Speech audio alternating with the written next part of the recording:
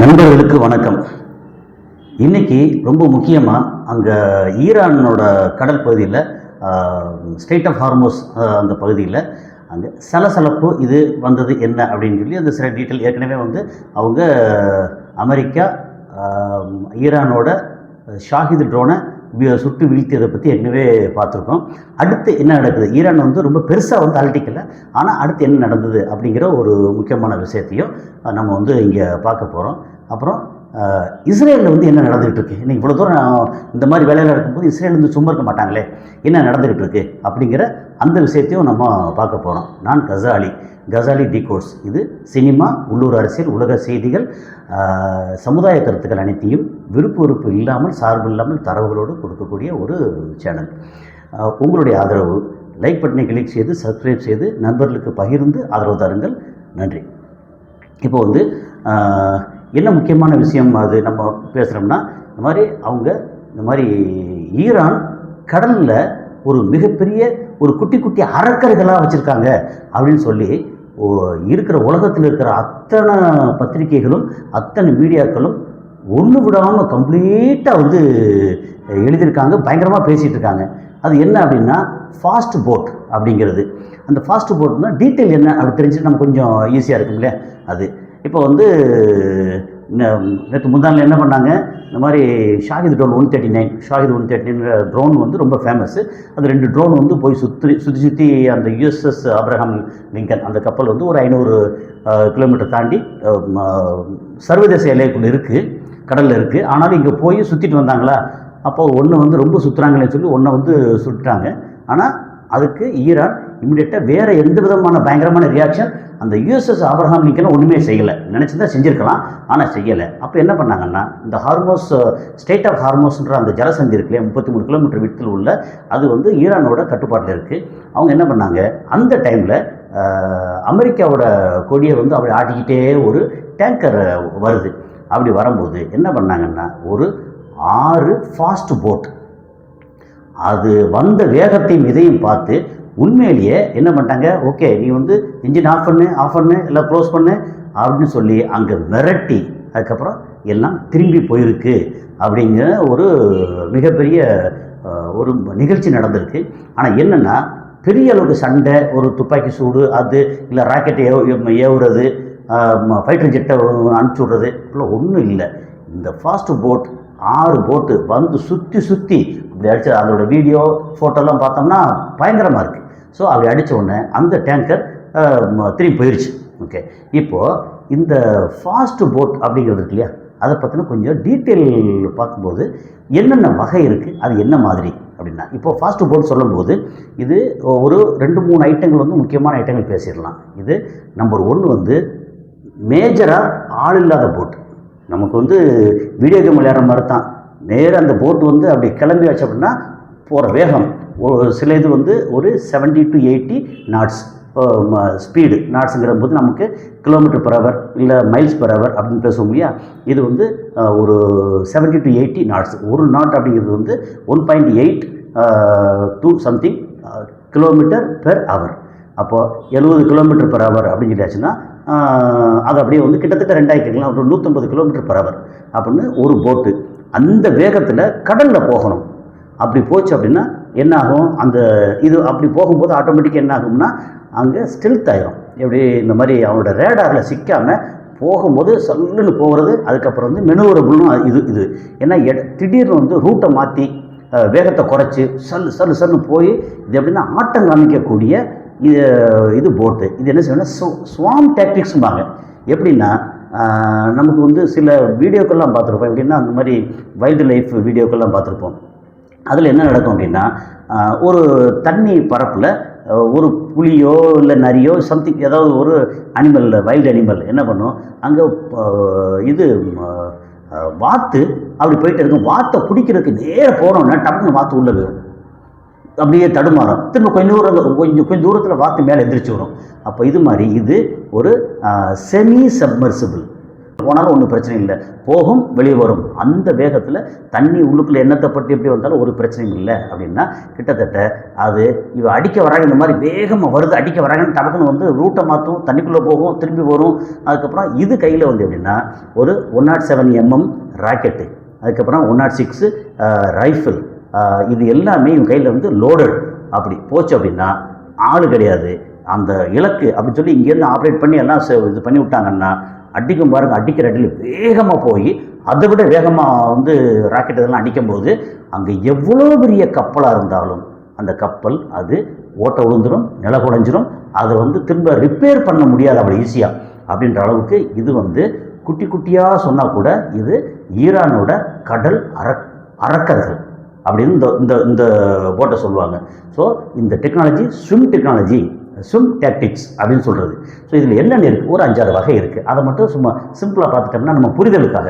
ஏன்னா ஏதாவது நம்ம ஈரானை பற்றி பேசுகிறோம், அமெரிக்கா பற்றி பேசுகிறோம், இஸ்ரேலை பற்றி பேசுகிறோம், சில நேரம் வந்து சைனா பற்றி, வடகொரியா பற்றி, ரஷ்யா பற்றி இவங்களாம் பேசும்போது அவங்க பயன்படுத்தக்கூடிய அந்த ஆயுதங்கள் அது என்னென்ன வகை இருக்குதுன்னு நமக்கு புரிஞ்சுக்கிற தன்மையில் நம்ம பேசணும்னா கொஞ்சம் கேட்கும்போதும் ஓ இப்படியா அப்படின்னு கொஞ்சம் ஈஸியாக இருக்கும். இப்போது நம்ம வந்து 70 to 8 70 to 80 நாட்ஸ் அப்படின்னு சொல்லிச்சுன்னா சிலருக்கு புரியும், சிலருக்கு புரியாமல் இருக்கலாம். அப்போ நாட்ஸ்னால் என்ன அப்படின்னு நம்ம விலைக்கு சொல்கிறது இதுதான் காரணம். இப்போது அந்த இதில் வந்து ஃபஸ்ட்டு ஒரு போட்டு, அந்த ஒரு போட்டுக்கும் ஒரு பேர் வச்சுருக்காங்க. எப்படின்னா சிராஜ் கிளாஸ், ஒரு கிளாஸ் வச்சுருக்காங்க. சிராஜ் கிளாஸ் அப்படிங்கிறது வந்து இது பிளேட் ரன்னர் அப்படின்னு சொல்லி சொல்லுவாங்க. இது வந்து one of the fastest vessel. அது அந்த போட்டு, பெரிய போட்டு, சின்ன போட்டு அப்படின்னு டிஃப்ரெண்ட் இதில் இருக்குது. இது வந்து கிட்டத்தட்ட 150 km/h இது போகிறது. இது கையில் வந்து இதுலேயே வந்து இந்த மாதிரி ராக்கெட்டு, ரைஃபிள் அது எல்லாமே லோடர் அது இருக்குது. அதுக்கப்புறம் வந்து சுல்ஃபஹார் கிளாஸ் அப்படின்னு ஒன்று இருக்குது. அது எப்படின்னா ஒரு 60 to 70 நாட்ஸ் அப்படின்னா கிட்டத்தட்ட ஒரு 130 km 140 km/h அப்படி போகிறது. இது ரொம்ப முக்கியமாக வந்து இது என்ன சொல்லுவாங்கன்னா ஒரு பேய் படகு அப்படிம்பாங்க. என்னென்னா இருக்கும் திடீர்னு முங்கி இருக்காது அப்படின்னு. இதுக்கு ரொம்ப முக்கியமாக சொல்லி சுல்ஃபஹார் போட் வந்து கோஸ்ட் போட் அப்படின்னு சொல்கிறாங்க. இது வந்து ரேடாரில் சிக்காது இந்த போட்டு. ஓகே, ஏன்னா ரேடாரில் சிக்கினா தான் வந்து ஷூட் பண்ண முடியும். உதாரணத்துக்கு ரேடார் இருக்குது, அதில் வந்து ஒரு 30-40 போட்டு 50 போட்டு வருது அப்படின்னா அந்த ரேடார் வந்தோடனே இவங்க வந்து அந்த ஆன்டி இது மிசைலை வச்சு இதை வந்து தடுக்கிறதுக்கு அந்த டிஃபென்ஸு, ஏர் டிஃபென்ஸ் மாதிரி வந்து இது லேண்ட் டிஃபென்ஸ், வாட்டர் டிஃபென்ஸ் அப்படின்னு டிஃபென்ஸ் சிஸ்டத்தில் இதை வந்து பட்டன்னு அடித்து வந்து எல்லாத்தையும் தாக்கலாம். நான் ஒரு 500 போட்டு வந்தால் எவ்வளோ தாக்குவீங்க? அதில் வந்து 5 போட்டு போய் தாக்கினாலே பார்த்தாது. அப்புறம் போட்டு, இந்த போட்டு வந்து டிஃபென்ஸ் சிஸ்டத்தோடு இருக்கிற போட்டு இது. ஸோ இந்த மாதிரி வந்து பல சௌரியமாக ஒரு சகல சௌரியங்களோட ஒரு என்ன சொல்கிறது அரக்கன்னா உண்மையில் அரக்கம் தான். இதுவும் தாக்கும், எதுக்கு தாக்க வர்றதை திருப்பி அடிக்கும் அப்படிங்கிற மாதிரி. அதே மாதிரி வேகமாக போகும், ரூட்டை மாற்றும், தண்ணிக்குள்ளே மூங்கும், திரும்பி எழுச்சி வரும். அப்படின்னா இவ்வளோ சௌரியமாக இவ்வளோ டெக்னிக்கலாக இருக்கக்கூடிய இந்த போட்டை வந்து எப்படி எதிரி நாடு வந்து சுட்டுத்தள்ளும், ஜெயிக்க முடியும் அப்படின்னு ஒரு கேள்வி எழுது இல்லையா? அப்போது நம்பர் 1 வந்து சிராஜ் கிளாஸ், நம்பர் 2 சுல்ஃபஹார் கிளாஸ், அடுத்து நம்பர் 3 வந்து அஷுரா கிளாஸ் அப்படின்னு இருக்குது. இது வந்து ரொம்ப சின்ன போட்டு ஃபைபர் கிளாஸுங்கிறது உங்களுக்கு தெரியும். இது என்ன வாட்டர் ப்ரூஃபில் அது மாதிரி ரெசின் மாதிரி இருக்கும். அதில் இந்த கண்ணாடி இலை மாதிரி இருக்கும், அதெல்லாம் உள்ளே வச்சு திரும்ப ரெசின் வச்சு எல்லாம் முடிக்கும்போது அது ரொம்ப ஸ்ட்ராங்காக உடையாது. அப்போ அது ரீன்ஃபோர்ஸ்ட் அப்படின்னு சொல்லுவாங்க. ரீன்ஃபோர்ஸ்ட்னால் கட்டடத்தில் கம்பி வச்சு கட்டும்போது ரீன்ஃபோர்ஸ்ட், காங்கிரீட்டில் சாதாரண காங்கிரீட்டு கம்பி உள்ளே வச்சோம்னா ரீன்ஃபோர்ஸ்ட் சொல்லுவாங்க. அப்போ ரீன்ஃபோர்ஸ்ட் அப்படின்னா அந்த ரெசின் இதெல்லாம் வச்சு பண்ணும்போது உடையாது, அவ்வளோ ஸ்ட்ராங். அப்போ ஃபைபர் போட்டு. இப்போ நமக்கு இந்த போட்டுங்கிற விஷயம் சொல்லும்போது கடற்கரையில் மீன்பிடி படகு இருக்கு இல்லையா, அதை வந்து பார்க்குறவங்களுக்கு நமக்கு வந்து காசிமேடாக இருக்கட்டும் இல்லை கடலோரத்தில் எங்கே இருந்தாலும் சரி இந்த போட்டு அது வந்து மெயினாக வந்து ஃபைபர் போட்டு. ஸோ அது GRP, கிளாஸ் ரீன்ஃபோர்ஸ்ட் பிளாஸ்டிக் அது பேர். ஸோ அது வந்து சின்ன அளவில் எக்கச்சக்கமாக பண்ணி வச்சுருக்காங்க அந்த போட்டு. இதோட ஸ்பீடு என்ன சின்னதாக இருக்கனால ஃபைபர் கிளாஸுங்கும் போது அதோட வெயிட் வேறு கம்மியாக இருக்கும். அது 90 நாட்ஸை விட, அதாவது கிட்டத்தட்ட 170-180 km ஸ்பீடு அப்படின்னு. அது போக வந்து இந்த ரேப்பிட் ஸ்ட்ரைக் ராக்கெட்ஸ் அப்படின்னு இதில் உள்ள அந்த மாதிரி எக்யூப்டு போட்டு இது. அதுக்கப்புறம் வந்து தாரே கிளாஸ் அப்படின்னு ஒன்று இருக்குது. இது வந்து ஒரு 1980களில் ஸ்வீடனில் இருந்த அந்த ஒரு பெட்ரோல் போட்னா வந்து நமக்கு போலீஸ் பெட்ரோல் சொல்லுவாங்க இல்லையா, இந்த மாதிரி பாதுகாப்புக்கு இந்த மாதிரி கண்காணிப்பு அப்படின்னு சொல்லுவாங்க இல்லையா, அந்த பேட்ரோல் போட்டு அதை மாடிஃபை பண்ண இதுதான் வந்து தாரே கிளாஸ். அப்புறம் இதில் வந்து என்னென்ன இருக்குன்னா, இந்த தாரே கிளாஸ் இந்த போட்டு வந்து ஒரு 46 knots அப்படின்னு, அப்போ கிட்டத்தட்ட ஒரு 75 கிலோமீட்டர் பெர் ஹவர் அப்புறம் ஸ்பீட் இந்த மாதிரி. அப்புறம் வந்து இது 106 mm ரீகாயில்லெஸ் ரைஃபிள்ஸ். அந்த ரீகாயில்லெஸ் ரைஃபிள் அது கொஞ்சம் உள்ள அர்த்தம் பாருங்கள், உங்களுக்கே புரிஞ்சிடும். அது போக 107 mm ராக்கெட்ஸ் எல்லாமே அதில் வந்து ஃபிட் பண்ணி போகக்கூடிய போட்டு. இது வந்து தாரே கிளாஸ். அதுக்கப்புறம் வந்து பேகாக் கிளாஸ் அப்படின்னு 1, 2, 3 அப்படின்னு அது ஒரு வெரைட்டி இருக்குது. அந்த பேகாக் கிளாஸ் இருக்கு இல்லையா, அது வந்து நார்த் கொரியாவோட டிசைன், அதை வாங்கி அதை இம்ப்ரூவ் பண்ணி இவங்க வச்சுருக்காங்களா. இதில் எப்படின்னா பேக்காஃபில் வந்து 1 and 2 அப்படிங்கிறது ஜுல்ஃபகார் ஸ்டைலில் இருக்கும். அதில் வந்து எப்படின்னா அது equipped with fire Kowsar or Nasr antiship missile. அப்போ இதில் வந்து அவ்வளோ எக்யூப்டு அந்த மாதிரி ரொம்ப ஸ்ட்ராங்கான இது போட்டு. அப்போ அதை எப்படி சொல்லியிருக்கோம், நம்ம ஸ்வாம் டெக்னாலஜி சொல்லியிருக்கோம். அதுக்கப்புறம் வந்து இது என்ன சொன்னாங்கன்னா, இதில் வேறு இன்னும் வெரைட்டி அப்படின்னா ஒரு மினியேச்சர் சி மான்ஸ்டர். மான்ஸ்டர் அப்படின்னு சொல்லியாச்சுன்னா மான்ஸ்டர் அப்படின்னா ஒரு அரக்கன், ஒரு பயங்கரமான ஹல்க் மாதிரி உருவம் அப்படின்னு ஒரு மாதிரி ஒரு இது சொல்லுவாங்க. அப்போது இது வந்து மினியேச்சர் கடல் மான்ஸ்டர், சி மான்ஸ்டர். அது பவார் 2 அப்படிங்கிறது. இது வந்து more than 100 knots அப்படின்னா கிட்டத்தட்ட 200 கிலோமீட்டர் பெர் ஹவர் அந்த ஸ்பீடில் போகிறது. அதுக்கப்புறம் வந்து இன்னொன்று ஹை ஸ்பீட் டோர்பிடோஸ் அப்படின்னு ஒன்று இருக்குது. அந்த டோர்பிடோர்னால் நீங்கள் வந்து கேள்விப்பட்டு உள்ளே போய் பாருங்கள். இந்த ரஷ்யாவில் அவங்க வந்து இது பண்ணாங்க எப்படின்னா, இந்த மாதிரி ஒரு நீளமாக கடலில் ஒரு அந்த ராக்கெட் வந்து போகுதுன்னு வச்சுக்கங்களேன். அது போகிற வேகம் வந்து 200 knots மேலே அப்படின்னா கிட்டத்தட்ட 400 கிலோமீட்டர் பெர் ஹவர். தண்ணியில் 400 கிலோமீட்டர் பெர் ஹவருங்கிறது ரொம்ப ரொம்ப கஷ்டம். அது என்னென்னா வேகம் எப்பவுமே குறையும். எப்படின்னா நார்மலாக காற்றுல வந்து நம்ம கை அசைக்கிறது, சாதாரண அசைச்சோம்னா சல்லு கையை அசைச்சிருவோம், காற்று வந்து நமக்கு விலகி இடம் கொடுத்துரும் காற்று. இதே நேரத்தில் நீங்கள் வந்து ஒரு பயங்கரமான ஃபேன் காற்று ஒரு 5 வச்சோ இல்லை மாலா எரிதுட்டே 12 ஃபேனை வை அப்படின்னு ஒரு 12 உள்ள ஃபேனு மாதிரி வச்சுக்கங்களேன். நமக்கு வந்து சில புயல் காற்று வர்ற மாதிரியெல்லாம் சினிமாவில் செட்டு போடுவோம் இல்லையா, அந்த மாதிரி ஒரு பயங்கரமான காற்று அடிக்குது.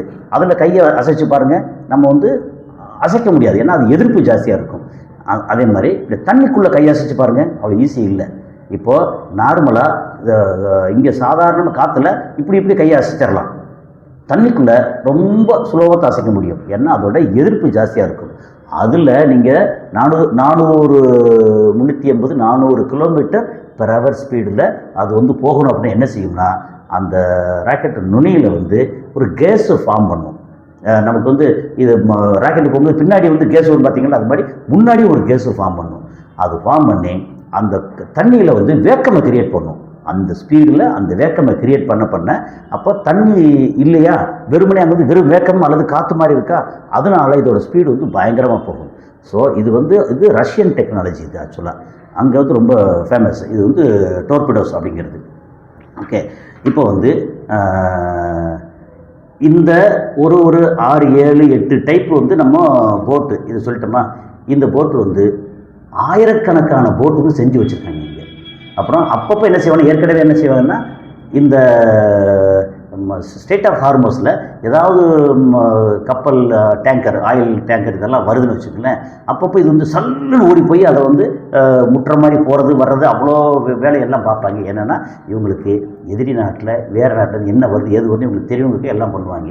இப்போது நேற்று வந்து அமெரிக்காவோட ஆயில் டேங்கர் இருக்கு இல்லையா, அது அந்த அமெரிக்கா கொடியை அசைச்சிக்கிட்டே அப்படியே ஹாயாக அப்படி வந்துச்சு அப்படின்னா ஏன் திருப்பி விரட்டினாங்க அப்படிங்கிறதுக்கு ஒரு முக்கியமான காரணம் என்னென்னா, அது உண்மையாலுமே ஈராக்கில் இருந்தோ அல்லது யுஏஇயில் இருந்தோ அல்லது கத்தாரில் இருந்தோ ஆயில் வந்து குரூட் ஆயிலை ஏற்றுறது தான் வந்த டேங்கரா, அல்லது அந்த டேங்கர் ஃபுல்லாக உள்ளுக்குள்ளே வெப்பன் வச்சு ஆயுதங்களை வச்சு கொண்டு போய் கொண்டு போய் ஈரானுக்குள்ளே சேர்க்க போகிறாங்களா அப்படிங்கிறது தெரியாது இல்லையா. அதனால் இந்த பக்கம் இப்போதைக்கு இந்த மாதிரி கப்பல் வராது.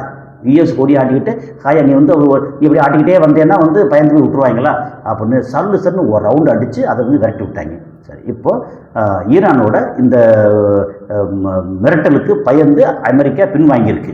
இன்னும் சண்டை முடிஞ்சு மொத்தத்துக்கு சமாதானம் ஆயிடுச்சா அப்படின்னு ஆகலை. கரெக்டாக இன்னும் 2 நாளில் பேச்சுவார்த்தை இருக்குது. அவங்க சொல்லியிருக்காங்க பேச்சுவார்த்தை இருக்குது. அந்த பேச்சுவார்த்தைக்கு ஈரான் என்ன சொல்லியிருக்காங்க, எங்களுக்கு துருக்கி மேலே நம்பிக்கை இல்லை, துருக்கியில் வச்சு நாங்கள் வந்து பேச்சுவார்த்தைக்கு வர தயாராக இல்லை, வேறு நாடு வேணும்னு சொல்லியிருக்காங்க. அதுபோக வேறு இத்தனை நாடுகள் வந்து பங்கு பெறுவார்கள், அந்த நாடெல்லாம் பங்கு பெற வேண்டாம் அப்படின்னு அவங்க வந்து சில டிமாண்ட் வச்சுருக்காங்க. அந்த டிமாண்டை இன்றைக்கி நைட்டு நாளைக்கு அப்படி என்னென்னு தெரியும். அதை வந்து ஃபர்தராக என்னென்ன டிமாண்டுன்னு கொஞ்சம் பேசுவோம். இப்போ வந்து இஸ்ரேல் என்ன பண்ணுறாங்க அப்படின்றதுல இவ்வளோ தூரம் நடக்கிறது, இந்த யுத்தம் இதுக்கான முகாந்திரம் அப்படிலாம் பார்த்தோம்னா இஸ்ரேல். அந்த இஸ்ரேல் என்ன பண்ணியிருக்காங்க, என்னத்தையாவது பண்ணி உரண்டை இழுத்து ஒரு வழி அங்கே ஈரானை ஒரு வழி பண்ணணும் அப்படின்னு நினைக்கிறாங்க. அப்போ என்ன பண்ணுறாங்க, பிளான் பண்ணுறாங்க. ஈரானோட ரவுண்ட் 2, போன வருஷம் ரவுண்டு 1, போன ஜூன் அந்த டைமில் அடித்தாங்களா, 2 நாள் போர் நடந்துச்சு இல்லையா, ஈரான் அண்டு இஸ்ரேல், அது ரவுண்டு 1. இப்போ ரவுண்டு 2க்கு தயாராகிறாங்க. அதுக்கான பேச்சுவார்த்தை இப்போ சமீபத்தில் அமெரிக்காவிலேருந்து வெளியுறவு அமைச்சர் வந்து வந்திருக்கிறாரு. அவர் உள்ளே வந்து போய் பார்த்துருக்காங்க, எல்லாம் டிஸ்கஸ் பண்ணியிருக்காங்க, என்ன பண்ணாங்க ஆலோசனை பண்ணியிருக்காங்க. ஆலோசனை என்ன, வேறு வழி இல்லை, ஏதாவது பண்ணியாகணுமே. இதை பார்த்தா நிலத்தில் வச்சு அடிக்க முடியலை.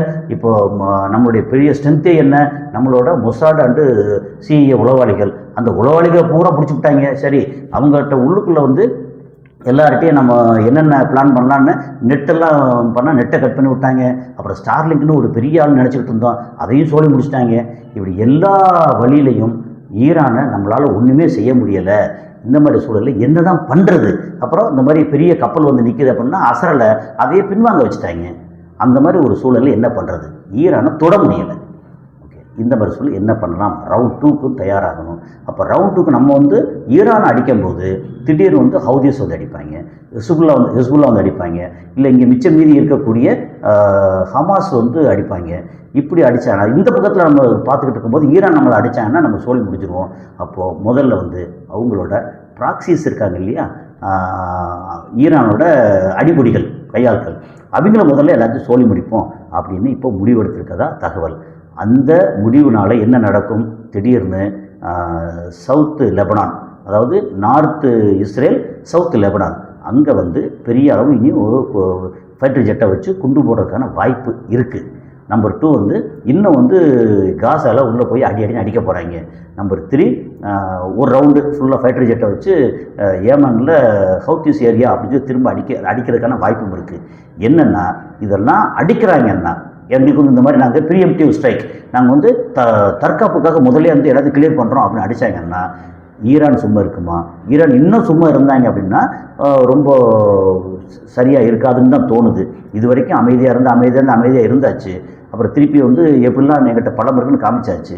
இதுக்கப்புறமும் இவங்களோட ப்ராக்சிஸ் அடிக்கும் போது ஈரான் வந்து இன்னும் வேடிக்கை பார்த்தாங்கன்னா நிலைமை வந்து ஈரானுக்கு எதிராக கூட மாறலாம் அப்படின்னு ஒரு சூழலில் இஸ்ரேல் வந்து இப்படி தான் பிளான் பண்ணுறாங்க. இவங்களை அடிப்போம், அது மாதிரி படத்தில் வந்து ஹீரோ அடிக்கணும்னா அவன் தம்பியை கடத்திட்டு போவான், தங்கச்சியை கடத்திட்டு போவான், அவங்கள அடிப்போம், கையை வெட்டுவோம் அப்படின்னு எல்லாம் பண்ணுவாங்கல்ல. இதெல்லாம் பண்ணும்போது ஹீரோவுக்கு வந்து ஒரு பெரிய கோபம் வரும். அப்போ கோபம் வரணுங்கிறதுக்காக தான் எல்லாம் பண்ணுவாங்க. அப்போ ஈரான் வந்து சண்டைக்கு வரணும் அப்படிங்கிறதுக்காக இதெல்லாம் பண்ண போகிறதா தகவல். அவங்க ஒரு ரவுண்டு வந்து பேசியிருக்காங்க. ஸோ இதில் அடுத்த கட்டம் என்ன நடக்குதுங்கிறத நம்ம அடுத்த காணொலியில் பார்ப்போம். நன்றி.